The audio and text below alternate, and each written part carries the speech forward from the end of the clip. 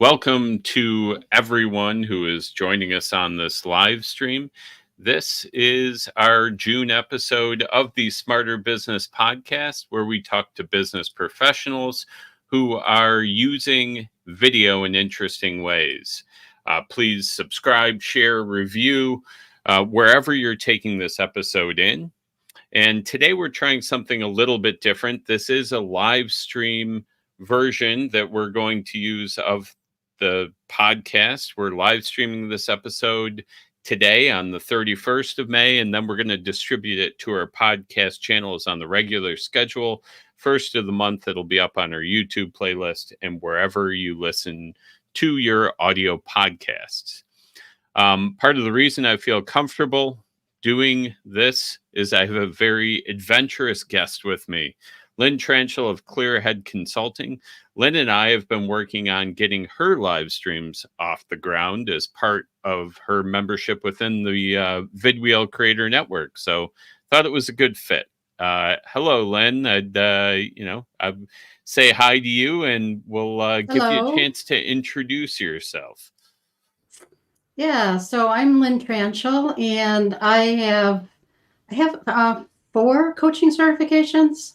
So I'm a lifelong learner. I keep learning and growing, and I share what I learn with the community, especially my clients. Every time I coach, I add a little bit. I love adding content. I love doing new things. I'm much more of a success coach or results expert. I understand the science of success, so I can help you achieve success in all areas of your life and your business. So you have a business you love and a life you love without sacrificing a thing.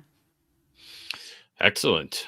Something I think everybody can strive toward, right? Something everybody appreciates that as a good goal to have within business and life overall. So, what brought you to that type of work? How did I know that you've got an interesting kind of career path. So, do you want to quickly kind of go through that? Yeah, well, I have a bachelor's in psychology and a master's in computer science. My master's project was in artificial intelligence. So it's all related. And I started taking classes at my church, and then I started teaching classes, and I really loved it when people got it. When their light bulb goes off and people start seeing things differently.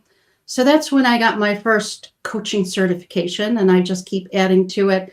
And it's really being a coach is similar to being a computer consultant, because the process is kind of the same. The only difference is, in the end, if I'm working with you on a computer basis, you get a program that makes your life easier. And as a coach, you get that life. So it's still going through the same process of having you decide what you would love and then helping you get there. It's just a different end result. And I really love working with people and helping people create that vision of the life and the business they would love, and then helping them get there.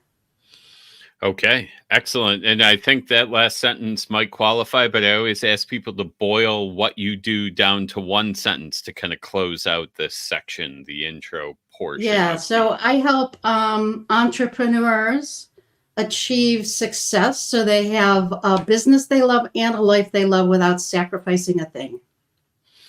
Excellent. Yeah.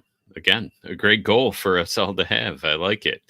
And part of the reason that you're on this episode, our June 1st episode of the Smarter Business Podcast, is we are kicking off Storytelling Month on the vidwheel Creator Network. I know that you use storytelling quite a bit within your own marketing and some of your teaching and so on. So, how are you using storytelling within your video and then maybe your business in general? Yeah, stories really enhance the content. People remember stories when they might not remember other things. For example, my lives last week were on compassion. So if I was just spewing off statistics on why compassion is important and techniques to become more compassionate, people would get these glassy eyes and probably click next and shoot right by. But by telling a story about how I moved from judgment to compassion, people can identify it. And when people identify it, that's where they have that personal connection and they remember things better. So it's that know, like, and trust that she's like me, so she likes me. She does things like me, so I like her. And it's just creating a connection at a little bit of a different level so that people can hear things in a way that they might not have heard it before. Excellent. And I think with some of the topics that you speak on too, that can be even more important. So, you use compassion as an example. I feel like that can mean a different things to a lot of different people. So if you can put it in your own context or a context that relates to your audience, you probably have an even more powerful message than if you just came in and gave us the what was the old trick back in all the high school speeches? Webster's dictionary defines, right? Like that kind of thing. Kind of defining it by what's in the dictionary versus people's actual experiences. So, Yeah, um, definitely.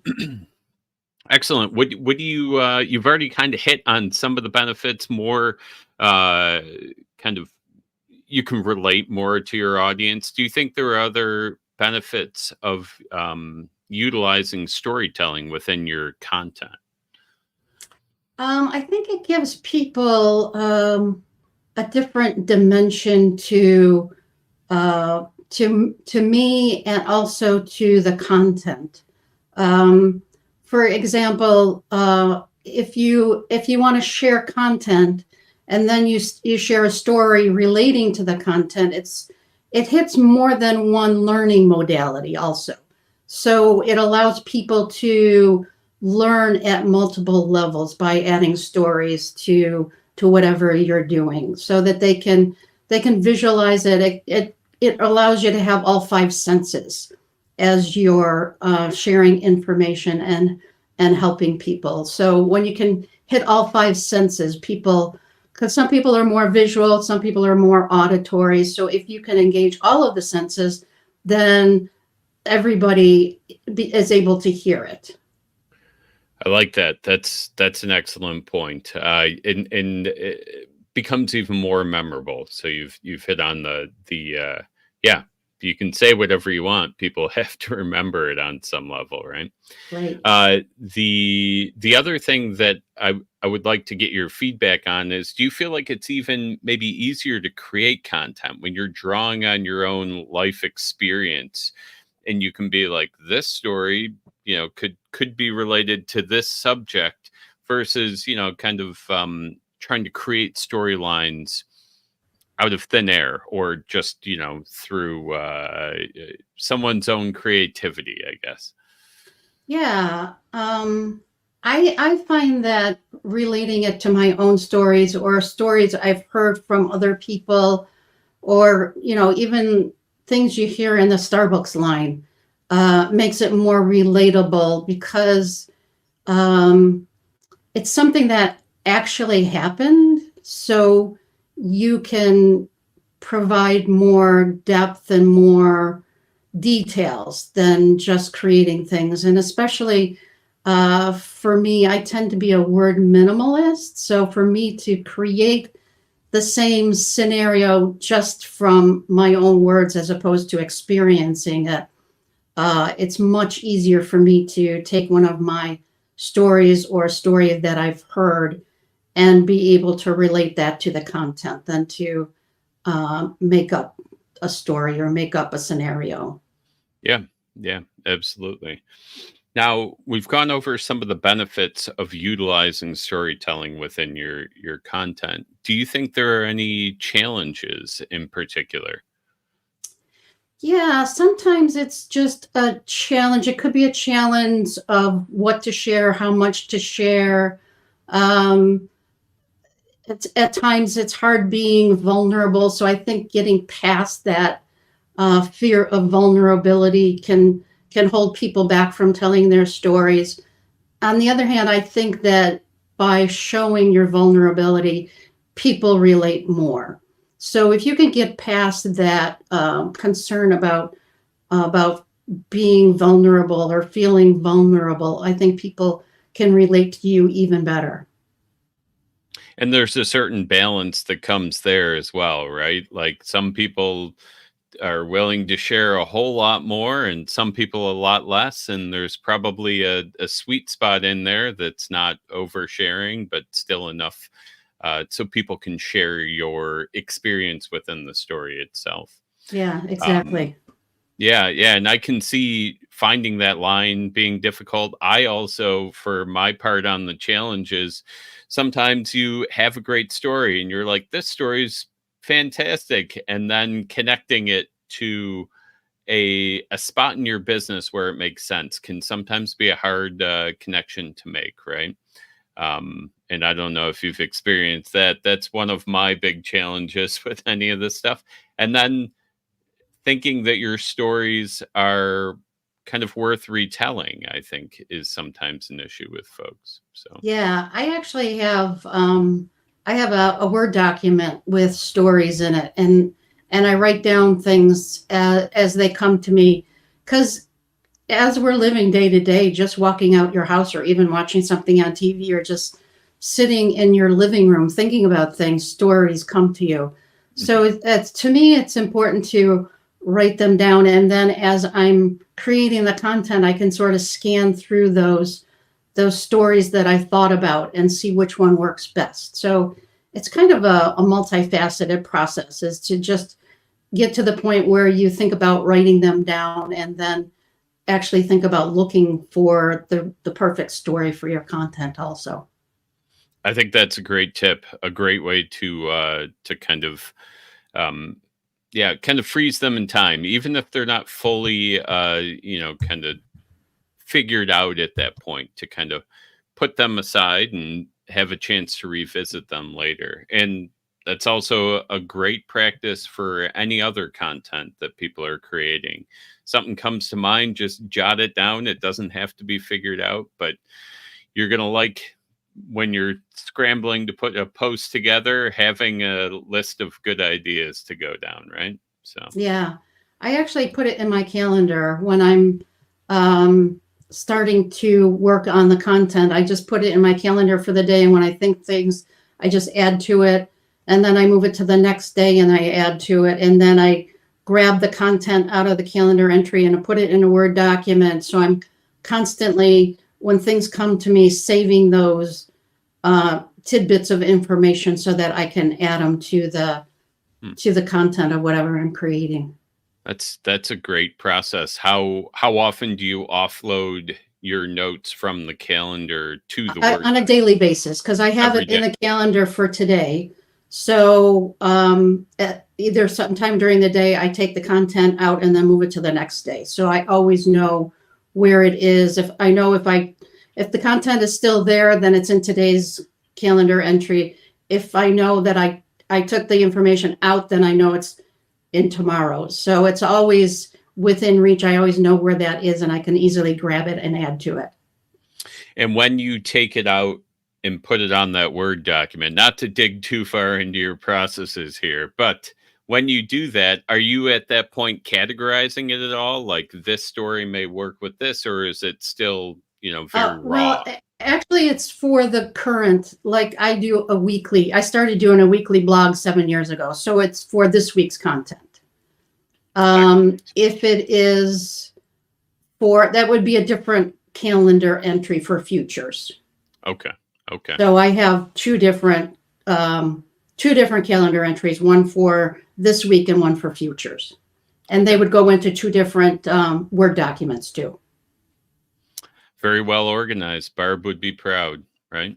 So she'll be happy to get a mention. Maybe she's watching now.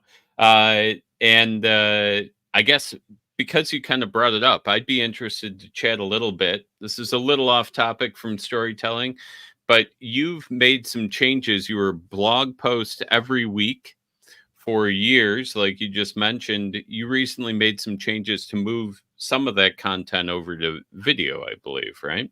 Yeah, it was it was a little bit over 2 years ago that I started working with you for videos. Hmm. And I was supposed to come into the studio to do my first recording on, I think it was Monday or Tuesday. And Friday, I think it was Thursday or Friday, I got an email saying, we're shut down. Yep. Yep. Yep. It So was right about then. yeah, then a couple weeks later, I get this package on my doorstep with a Mhm. camera, a microphone, and all kinds of things. And it's like, oh, I'm doing this myself now. So Yep, yep, yeah. Part of the pivot, and yeah, Lynn's been a great client through all that. We did that early on, where we created the content that you kind of shot it, and we tried yeah, to coach you through that. Then we would edit and create it. And since then, Lynn's joined the VCN, and she now has the kit. The set we're both on the same kit, part of the VCN membership kit, and Lynn's now making all of her own video content, and it's as easy as pushing a couple of buttons and using OBS. And as I mentioned earlier, now getting in more into the live stream space too, to kind of do some multi-streaming and so on. yeah. So six So months ago, I went to video, and then 3 weeks ago, I went to live. nice, yeah, and Yeah, that and we talked a little bit about that with the blog posts and the video. They can be you can couple them very effectively, whether you take video content and turn it into a blog post, or take a popular blog post and create a video component to it. They often go together really well. yeah, So definitely. And it's really been a big help having the VCN, because when I want to do something new, I just hop on with you, and we either, you show me right on the spot, or you create a video for me to watch, and so I could keep it forever and know how to do things, and I don't have to be doing the videos and all of the research myself. So that's a really big help for me. yeah, well, thank you. And yeah, I was going to touch on some of what what what we've done in the VCN a little more and stuff, but that's good, and that's part of what we try to do, is make it easier for folks to kind of explore what's next within video, and how they can continue to use it to expand their footprint and do more with their business and everything like that. So yeah, glad to hear it's working out. And yeah, Lynn's one of our star members of the VCN, always looking for the next thing to create, which is what we love to see. Yeah. And I think with that, I'm just checking my notes. It's live, so sorry, like got to make sure I haven't missed anything here. We've gone through the benefits and the challenges. Here we go. I got one last thing on storytelling. Do you feel like it's a success? The strategy of some storytelling, is it a success, or is it getting there? Are you starting more conversations with that type of content, or what's happening with the story? Yeah, I think it's a real success. I was on a call. I have calls with what I call partners in believing every week, and I was talking to them about doing videos and adding stories, and I shared the story that I was working on, and one of my partners in believing said, "Wow, I really needed to hear that today." So by putting in a story format, again, it's like it reaches people at a different level, and they're able to really incorporate it and to see things different for themselves, and it touches people in a different way too. Hmm. That's excellent. Yeah, I like that. And success. Love to hear that too. So that's great. So we'll move off of the storytelling unless you have any last thoughts on that. And we will look at, there's one question that's been a constant throughout this podcast and all our episodes, which it's called the Smarter Business Podcast. So I ask every guest that I have on, what's one thing that you've done to make your business smarter? Doesn't have to be video. It's not a trick Yeah, question. no, I think that for me, I'm a lifelong learner. So for me, it's just learning new things all the time and incorporating those new things and then sharing those new things. So um, video is one of the things, stories is one of the things, hearing about other people and how other people do things is another thing. So I think it's just being a lifelong learner and incorporating what I'm learning into my business and into what I'm doing for all of my clients too. Because um, every time I coach a program, I have programs. I don't really do one-offs. I have 6 weeks to a year-long program that you can do. And every time I do it, I add something new because I keep learning. And as I learn, I add to what I'm doing. So I think that's what I'm doing to help my business be smarter, help me be smarter, help my clients be smarter, help anybody that talks to me be smarter even. So even just in conversations, I share that information.